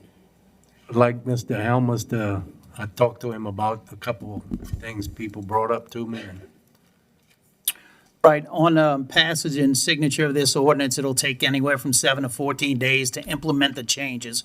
So we'll be looking at mid-August by the time the actual rates go into place, because we'll have to put in a complete billing system and change all the forms and everything to adhere to the new ordinance. So we're looking at that time. Could we, will any boats be picked up or put over? Boats are being picked up and put down now. We do have an issue. We've been working on the main travel lift over in Empire. We're down to frayed cables. We've repaired pretty much everything else. We have the quote for the cables. I do not have it with me right now, but we'll be getting that fixed also. We replaced some hydraulic lines on the Point LaHash one and also in the Venice one. So we do have boats up in both areas. We just picked up yesterday and the day before, and we've been putting people back in Empire. But with this weather coming in, we'll probably have to hold off, until the tides go back down. We don't like to really put a lot of people in the shipyard when there's incoming tropical weather. So, yeah, it's usable. Some of the bigger boats, we just have to wait on that cable. But, yeah, we making repairs every day. All right, thank you. Is there any more discussion from the Yeah, table? I'll take a couple. Mr. Russo? Yeah, I got a call, and obviously, there's two issues that they brought to my attention. One of them was, is there a $300 minimum to be picked up? Yes. Okay, I thought we had some discussion that it was going to go by the footage no matter what, and the 300 didn't really apply. Well, we had discussed that and changed, and, well, I'm not privy to that one, but the minimum $300 is to cover the cost, the actual cost of running that machine, 3 guys to put that block up. Because when you get to a certain size boat and you run in that machine, it costs the same. So somebody with a larger boat is going to be compensating for somebody with a smaller boat on that level. So we figured out a rate that would cover that machine for 1 hour of operation to pick up a boat, block it, and put it in. And that boat, that's usually, it runs around a 32-foot boat. So it's like whatever's greater, the cost per foot or the minimum charge will be applied. The second issue they brought to me was that evidently you just made some comments about the frayed cable. They're alleging that they're not being picked up until after the new rate goes into effect. I just said that August, even if the rates went, if y'all approve it tonight and it's signed next week, the rates wouldn't be in until at least middle of August because it's going to take us time to restructure things. There's a lot of rumor bashing and a lot of social media going on, but there's, the facts are we have to change all the billing structure to get everything right and put it in place. I mean, it's not going to, I don't have it sitting in the wings right now. All right, thank you. Mr. Bartholomew? And you can tell the public what is the amount of fees that we charge as breaking down so they know. Who Residents, haven't attended the meetings. what's that? So those who haven't attended. Right. Commercial fishing residents, not in the boat harbor, that's just residents that live, it's $10 a foot. Commercial fishing harbor tenants has a slip in good standing is $8 a foot. Non-resident tenants are $10 a foot. To use the hoist in Venice, it's $100 for 3 hours. That's the stationary hoist to pick them up, which we've just had repaired, and we're going through the process of fixing the ground and getting new straps for it. So that will be in use, and that's for a 3-hour charge. For picking up in a sling, it's $7 a foot, and that's taking the travel lift and holding them up for 3 hours and leaving them sit in that slip so they can change a wheel or get cables out and stuff like that. On the price, on that $10 a foot, $8 a foot, it includes 7 days. Right now, the price includes 3 days. So this goes to 7 days. The 7 days will then be followed by $25 a day for the next 7 days. After day 14 to 30, it would go to 25. And after 30, it goes to 75, I think. Yeah, let's see. Yeah. So what this is designed, 50 and 100. What this is designed to do is go to work and fix your boat. Because the longer they sit up on the yard in storage, it's really costing us by not getting another person up there and getting them in the water. We've been going through, we've removed 4 boats already, and we got like 3 more to go over in Empire. That's been sitting there for, some of them, 8 years. So people left town and just left their boats. So we're taking care of that stuff now. Thank you, sir. Mr. Blank? Yes. So you mentioned that boats weren't being picked up because of tropical weather. If we could have a written policy around that to where people, they could see that that's transparent and that's there. Absolutely. I think that would If you'd be like to very- draw up an ordinance for that, that would be great. It seems like y'all are already, operating that way. I'd like to just see it to where it could be Ratify it. though. posted on the wall there. Ratify it with a resolution would be good. Sitting out there in the audience. What's that? Ask the attorney to draw it up. Sure.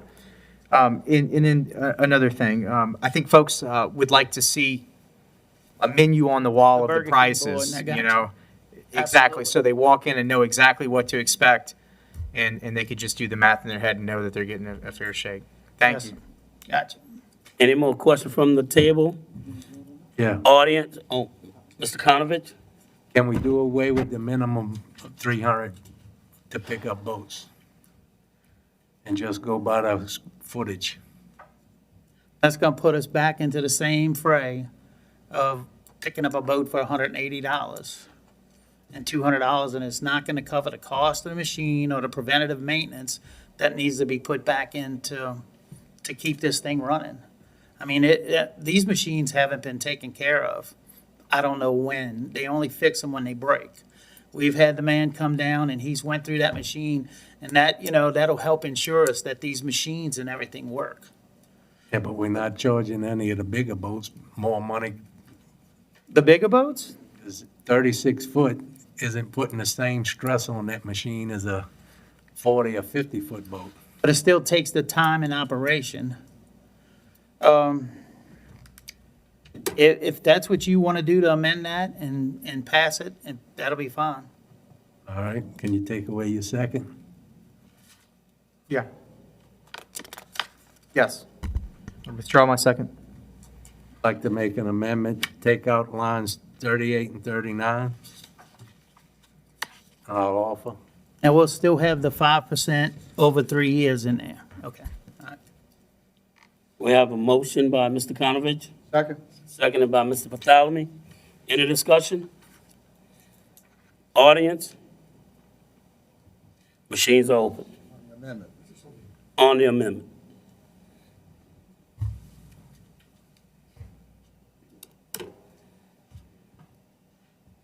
And it passes 5-0. Call for the question. Nobody have any more comments? Off. Is there any more comments from the audience? Table, machines are open.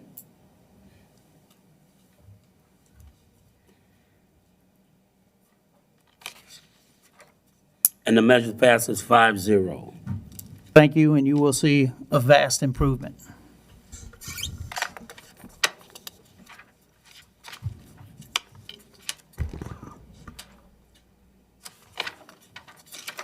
Nine H, An ordinance authorizing and directing the parish president or his designee to have the Point Lahash Ferry run Monday through Sunday from 6 a.m. to 8 p.m. and otherwise to provide with respect thereto. I'd like to offer that at the request of the citizens that wanted us to go to 8. And I appreciate the administration for setting it up at 6 to 7:45. But they're requesting that sometimes they need to have the ferry at 8 o'clock. we have a motion by Mr. Bartholomew, Second. seconded by Mr. Konovich. Is there any questions from the table? Any questions or comments from the audience? Hearing none, the machines are open.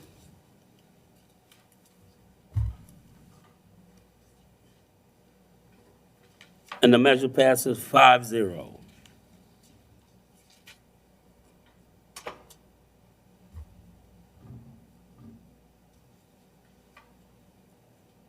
Item L,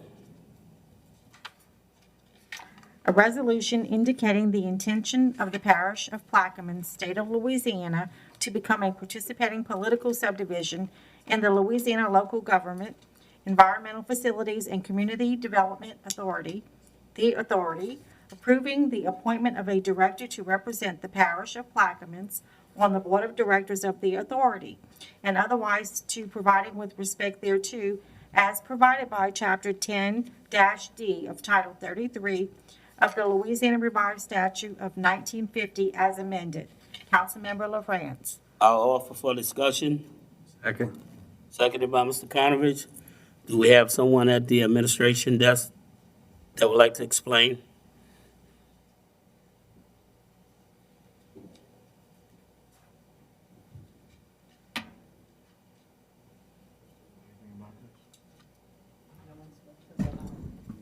No, sir, we don't know anything about it. Barrett? Okay, defer.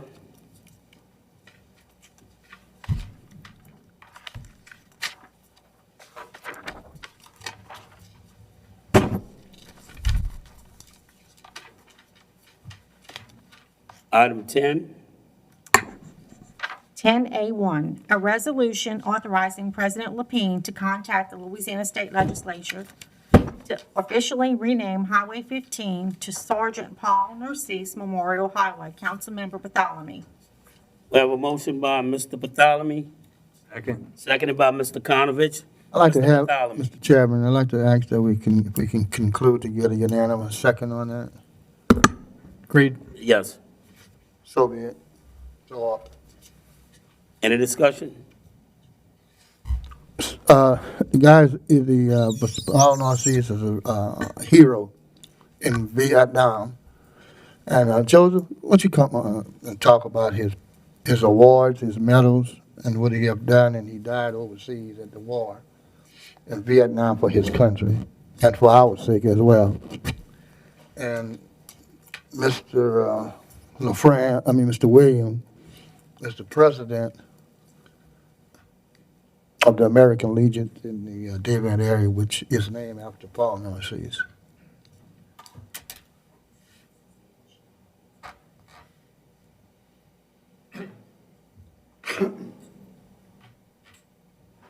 Please state your name and your address.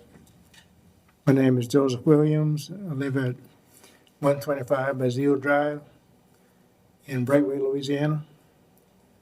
And I'm the commander of the American Legion, Post 430, here in Devant. And Paul Narcisse was a Vietnam veteran.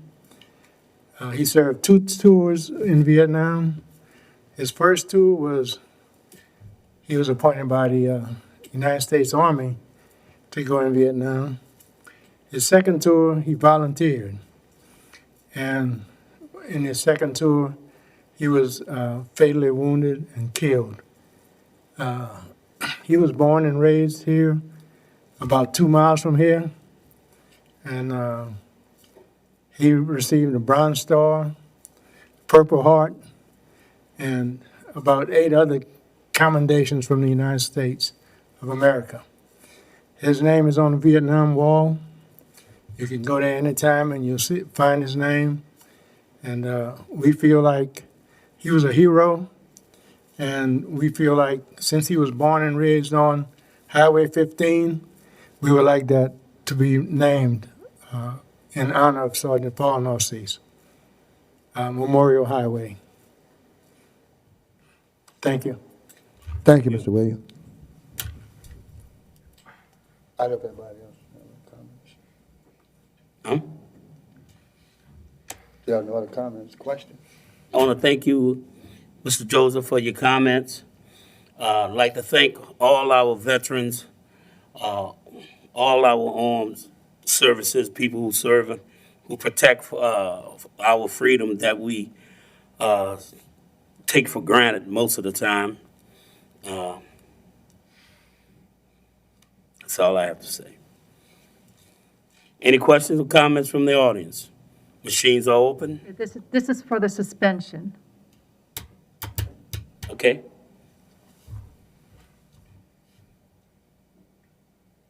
And the measure passes 5-0 on a suspension. I offer. Second. We have a motion by Mr. Bartholomew, seconded by Mr. Konovich on the resolution. Any question from the table? Unanimous. Unanimous second. Okay, we'll have a unanimous second. Ms. Barr, would you make it a unanimous second, please? Yes, sir. Want me to read it again? Yes. All right, go ahead, read it. A resolution authorizing President Lapine to contact the Louisiana State Legislature to officially rename Highway 15 to Sergeant Paul Narcisse Memorial Highway. Thank you. Councilmember Bartholomew. Offered. A motion by Mr. Bartholomew, second. Unanimous. Unanimous second. Machines are open.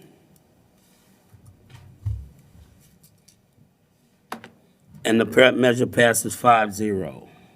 Thank you very much for that support. If able, could we have the sign department make something nice for either end?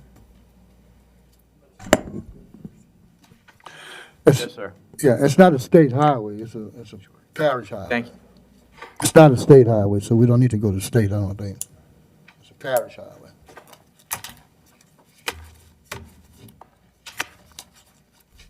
Right, Mr. Rainey, Mr. Garrett? We still need to go to state? Well, No. Okay, it's a parish highway, we don't need to go to the state, but that's all right. all right. We'll move to item C, please. District 5 update, Councilmember Roussel. Yes, what I'd like to do is have this removed from the agenda, since we are going to be putting our request or our updates underneath the president's report, since the president has asked us to do that. So I'll take this off the agenda, and that way it'll shorten the agenda, and I'll put my items underneath the president's report, since he requested it to be done that way. Thank you. District 8 update, Councilmember Blink. Sure, this is in regard to a discussion on grass cutting along the parish right-of-ways. I'd like to make myself available to jump on a tractor whenever possible to help with the workload. It's not ideal, but, I fully believe, we need all hands on deck. So, I'm willing to help in that capacity. Anything y'all need, usually weekends, after hours, my workload goes down a little bit. I can't do it all the time, but I'm happy to help. Also, it might be possible that drainage or mosquito control can pick up some of the grass cutting along some of the ditches to where we could get ahead. I understand we have a limited amount of tractors that are available, but if some of those smaller ones come back, we could, leave some of those at pumping stations where those guys can get out ahead of some of the grass. Anything would help. I'm just looking for any kind of novel ideas. I understand we just have a few tractors. I believe 4 A-booms for the entire parish. We'll try to get you a key for some of the tractors, but where they cut grass, like the ones on the levees, they park at wherever they stop. So it'll be on the levees right there. So like if they're around Bluefield compactor site, they'll park by the compactor. We'll try to get you a key and see how it goes. Do you, And we're also getting some smaller tractors together with 5-foot bush hogs on them that we had laying around. So we're trying to get those going as we speak now. I know when it's raining 3, 4, 5 inches a week, it's impossible to catch up no matter what. But do you have an idea of how many personnel and how much equipment is needed to keep the grass at a standard that most residents feel is satisfactory? Twice as much equipment as we have now, twice as many men? Twice as much, probably, yes, sir. Got it. We're down to like 30 people in the prong department. So, and that's secretaries and foremen and mechanics. You got a couple of each, but some of the guys cut, 0 turns on servitudes, and some of them cut on A-booms, on ditch bank cutters. And then we also have the levee crews with the 15-footers. Got it. And Scott, you and I have had this discussion. I'm just trying to highlight for folks at home, some of the challenges internally that we have to keep things looking as sharp as possible. But y'all are prioritizing areas that a lot of people live in versus, say, maybe the levee in the middle of the citrus lands, that kind of thing, right?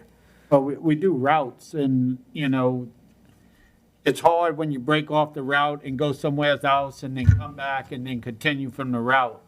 So like the tractor drivers on the lower end in the Triumph area right now, working their way south all the way to Venice. And the levee crews are around Fort Jackson heading back up north, which they cut all the way to Belle Chase. So yes, if we had more tractors and employees, we could do a little bit better job. Yes, sir. All right. Scott, thank you. I know y'all are out in the trenches there, and it's thankless work, but we appreciate y'all, and we just want to show the public some of the challenges that we're facing internally. It's not easy work. Thank you again. Okay. The problem I'm having is when the crew came down Highway 23, they didn't detour and cut Diamond Road, Highway 11. That's why the grass is 5 and 6 foot tall in Diamond. I know you saw the picture. They didn't detour. But however, when they do cut the grass in Jesuit Bend, they do detour and cut Highway 11 in Jesuit Bend. This time, they didn't detour in Diamond. Yeah, the ditch bank crews cut Highway 11 and Diamond Road. The levee crews stay on the levee. So, I mean, that's what I've seen and the way they're working right now. The road crew is you just said that they're cutting Donald Road in Booville and Venice heading south. Yes, they left from Diamond working their way down to Triumph. That's the ditch bank crews. They didn't cut Diamond Road because the grass would never be that high if they would have cut it. All right, the ditch bank crews cut Diamond Road. I understand that. Because they're already there. I understand that. On 23, so the big tractors cut the main section of highway going down. The ditch bank crews cut Diamond Road and Highway 11 and on the lower end. Yes, sir. Okay. How long does it take to make a round trip with the ditch bank cutters? It depends on the weather, and if people take vacations or tractors go down, it takes a while. It takes a while. Exactly right. You got like 4 tractors on the ditch bank crews from Port Sulphur, from Diamond, Point Celeste, going to Venice.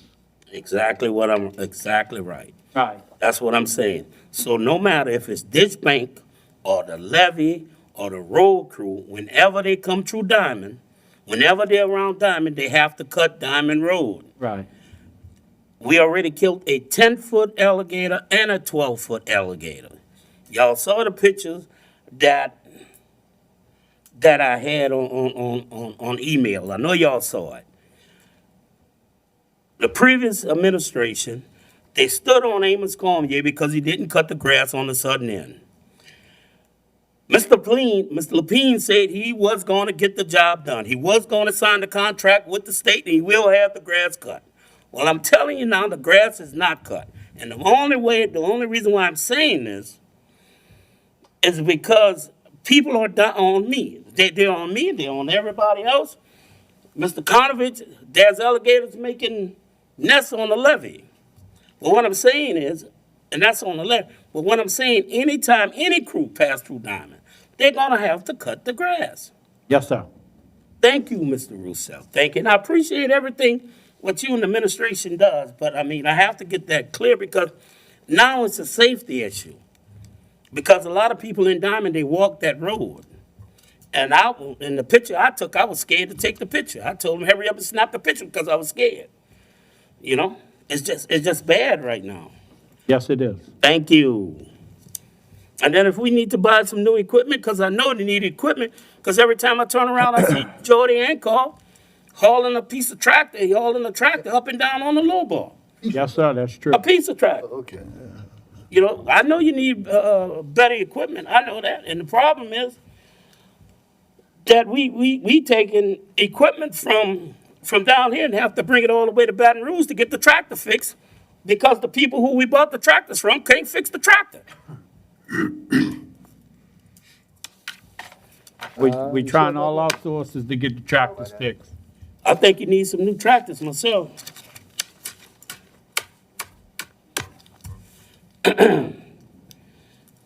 Any more? Huh? Stay out of the tractor stuff. Well, I'm gonna just leave it like this. Nothing to run like a deer. That tastes like a deer. Scott, I haven't spent a lot of time in the Midwest, but I do notice, in films, things like that, when they're showing, the Midwest, there's a lot of farming going on. I never see a New Holland. I always see like International and Case and John Deere and those heavier duty machines. Is it time that we start investing in a more heavy duty piece of equipment so it doesn't break as much? Or maybe spend a little bit more on the front end, but we have those savings on the back end because we have equipment that is up to the task at hand? Well, we do have both types of tractors. We have some John Deeres and we have New Hollands right now. What happened in the past, I'm not sure. But we'll try to do our best in the future. Yeah. I understand that need to, support local business. We probably need to, balance that with, getting the right equipment for the job. Whether, the companies here need to start offering those lines or not, that's up to them. But thank you again. I know y'all are grinding away behind the scenes on it. Thank you. Yield. Could buy some more goats. The goats are back, by the way. We got the goats back. Item F. District 1 update, Councilmember Bartholomew. Yes. Mr. Roussel, grass. I don't know how you keep to maintain the front levee with two people sometimes. Sometimes one person. It just behooves me to see how the grass is maintained on that front levee with the number of personnel you have. Evidently, the attitude has changed a lot about working and cutting the grass, making sure they do it while they're there. And I know you need some help.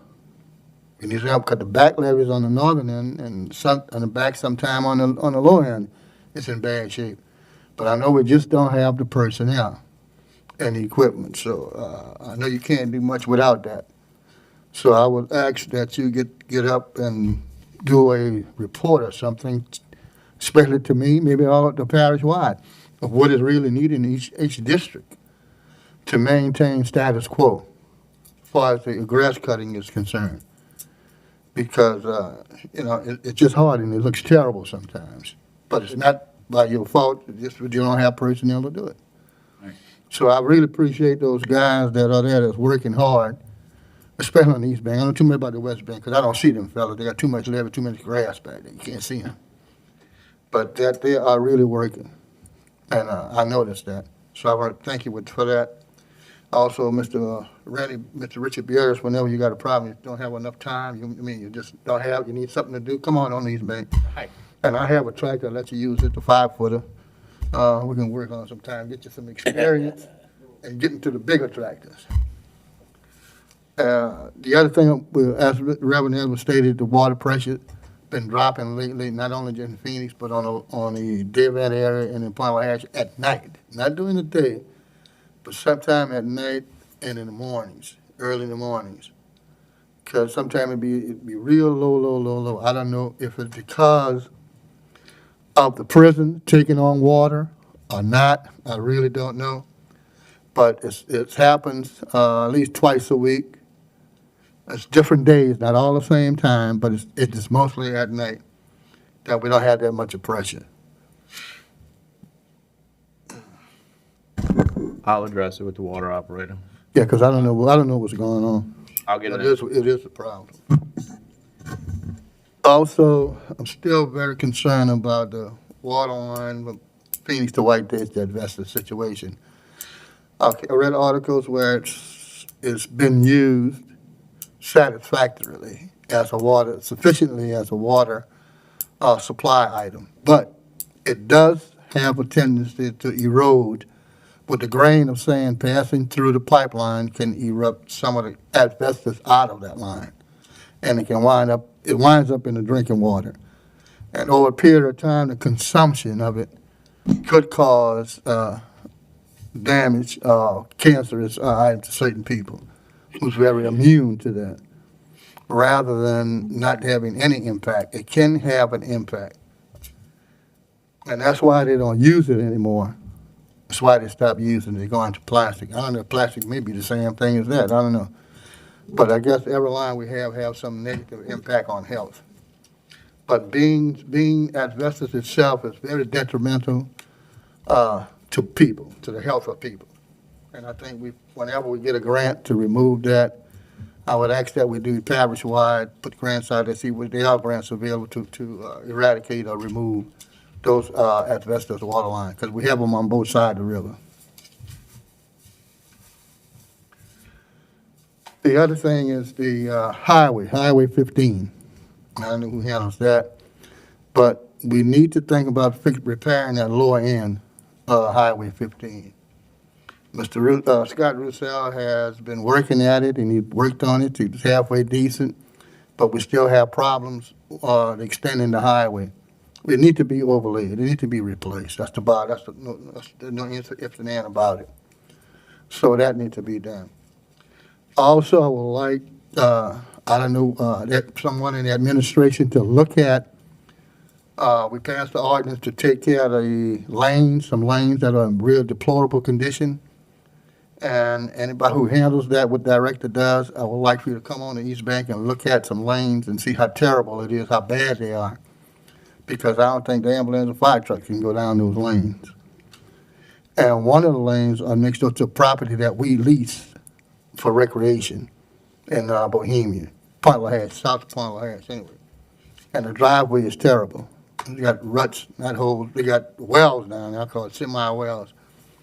But we need to look at that, see what can be done to repair those driveways for the poor people. And other than that, I want to thank everybody for what they have done. And I hope we continue to improve from where we are. And the last concern I have is the recreational program on the East Bank. We have any updates on that? We're waiting for the articles to be reinstated for the Port and Hash. You have that. That's done. That's done. I gave copies of that. You gave us a copy of the application and the check that was sent in. Did you check it? Anything from the Secretary of State that says You called them? the fire department is in good standing. Did you call them? No, sir. Did you ask for a copy from the state? No. They're not gonna send it to you. Well, the Point Hash. All right, I'll get it from I'll get you a copy from the volunteer fire department so you can have it in hand. All you have to do is call and ask the fire chief for it, if that's the holdup. I gave you a copy to show you the process where it was done. It was sealed and stamped and paid. I understand that, but I don't really feel like it's our responsibility to go ask for that information. But you got to ask the chief for it if y'all want it. If you say that's the holdup, because I asked the attorney to meet with the fire chief to set that up. He said he was going to do that, and that never did happen. Nor did he call him. He never called him. So I mean, if you say they're going to do something, I think it wasn't you, but it's Randy Bury. He said he was going to do it, and he never called him. And the paperwork is in. They have copies of it. So you want a copy of the paper? I'll give it to you. You want it? Get it to you tomorrow. Have them fax it to you tomorrow. And that'll take care of that. Then you can give them the key to go open the weight room and open the pool up, start getting the pool together and everything else. With that in mind, if you get once the paper, you're going to receive the paper tomorrow. When we will be able to get the pool open. So that's going to depend on the CEA. Well, what- And I haven't seen the CEA. I don't know what it Okay. says. So you So mean to that's tell something me, that the attorneys need to work out between Plaquemines Parish government and the Portland Hedge Volunteer Fire Department. so Randy Beers, the attorney, parish attorney, did not give you a copy of the CEA? He gave me a copy of it. I do not have a copy. You don't have a copy. And it's pretending your department, you didn't give you a copy. That's transparency. Okay. That's all I have. I've never heard of it. Item I, Announcement of public meeting to be held August 13, 2020, to consider adopting resolutions ordering and calling an election to authorize the levy of special taxes therein. Councilmember LaFrance. thank you. Item J, Discussion regarding tax exemption application number 2. excuse me, that's going to be withdrawn. Okay, yes, sir. Jay's withdrawn. Yes. Item 11, Approval of the minutes from the July 9, 2020 meeting. Offer. I have a motion by Mr. Conovich, seconded by Mr. Bartholomew. Any question from the table? Audience, machines are open.